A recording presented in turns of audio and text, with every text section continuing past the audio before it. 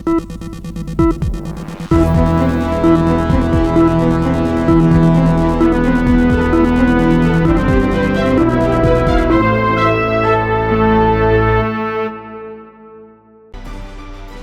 भर में artificial intelligence यानी कि एआई तेजी से आगे बढ़ रही है और इसके साथ ही कई उद्योगों में बदलाव हो रहे हैं। पत्रकारिता भी इससे अछूती नहीं रही। लेकिन जब एआई से चलने वाले चैटबॉट समाचार सामग्री का उपयोग बिना अनुमति के करने लगे तो ये पत्रकारिता की स्वतंत्रता और कॉपीराइट के बीच टकराव का रूप ले सकता है।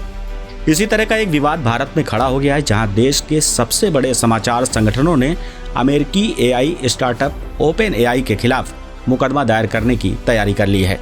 इन संगठनों का आरोप है कि चैट जीपीटी सहित ओपन एआई के मॉडल उनकी कॉपीराइटेड सामग्री का उपयोग अनधिकृत रूप से कर रहे हैं। ये मामला भारत में एआई और मीडिया के बीच पहला बड़ा कानूनी संघर्ष बन सकता है। इस विवाद की जड़ें तब गहरी हुई जब भारतीय समाचार संगठनों ने देखा कि ओपन एआई के चैटबॉट्स उनकी समाचार सामग्री को इस्तेमाल कर रहे हैं।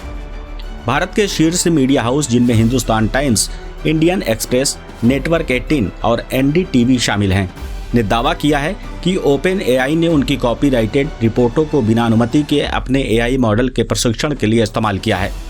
इससे पहले भी समाचार एजेंसी एएनआई यानी कि एशियन न्यूज इंटरनेशनल ने नवंबर 2024 में दिल्ली उच्च न्यायालय में ओपन एआई के खिलाफ एक मुकदमा दायर किया था।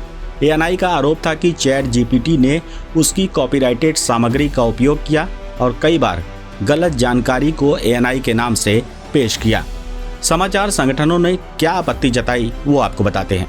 समाचार कंपनियों का कहना है कि वे रिपोर्टिंग में भारी संसाधन लगाती हैं।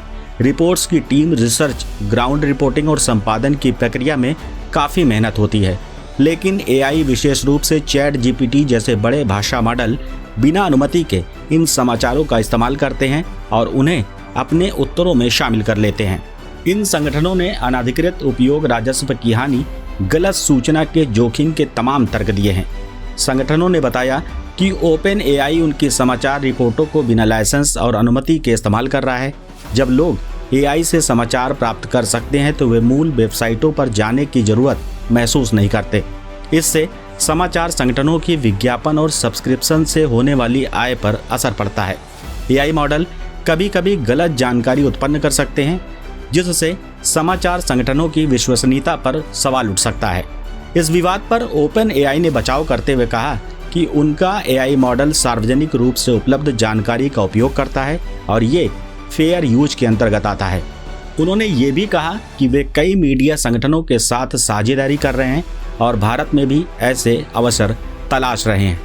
लेकिन समाचार संगठनों का कहना है कि फेयर यूज का मतलब ये नहीं कि कोई भी किसी की सामग्री का उपयोग कर सकता है, विशेष रूप से जब इससे मूल पत्रकारिता के व्यापार मॉडल को नुकसान पहुंचता हो।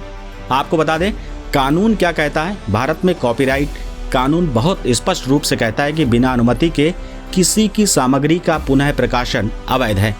हालांकि एआई पर बने कानूनों की स्पष्टता अभी भी विकसित हो रही है। दूसरी ओर अमेरिका और यूरोप में भी इस तरह के मामले देखे गए हैं। न्यूयॉर्क टाइम्स ने दिसंबर 2023 में ओपन एआई पर मुकदमा किया था, जिसमें आरोप लगाया गया था कि ओपन एआई ने उनकी लाखों लेखों का उपयोग बिना अनुमति के किया।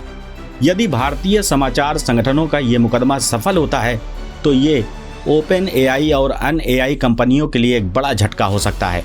इससे एआई कंपनियों को समाचार संगठनों के साथ नए समझौते करने पड़ सकते हैं या फिर उन्हें अपनी तकनीकों में बदलाव करने होंगे।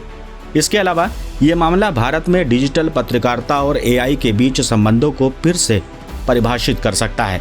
संभव है कि भारत में एआई पर नए रेगुलेशंस बनाए जाएं जो ये तय करें कि एआई कैसे समाचार सामग्री का उपयोग कर सकता है। ये विवाद सिर्फ ओपन एआई और भारतीय समाचार संगठनों तक सीमित नहीं है। ये एक बड़े सवाल को जन्म देता है, क्या एआई पत्रकारिता को खत्म कर देगा या दोनों सह अस्तित्व में रह सकते हैं। एक ओर एआई समाचार तक तेजी से पहुंच उपलब्ध करवा सकता है, लेकिन दूसरी ओर यदि पत्रकारिता के व्यापार मॉडल को नुकसान होता है तो स्वतंत्र और विश्वसनीय समाचारों का अस्तित्व खतरे में पड़ सकता है। अब देखना ये होगा कि अदालत का फैसला किस पक्ष में जाता है और क्या मीडिया संगठनों की मेहनत और कॉपीराइट की रक्षा होगी या ओपन एआई अपने तर्कों से बच निकलने में सफल रहेगा। ये मामला भारत में डिजिटल युग के लिए एक ऐतिहासिक मिसाल बन सकता है।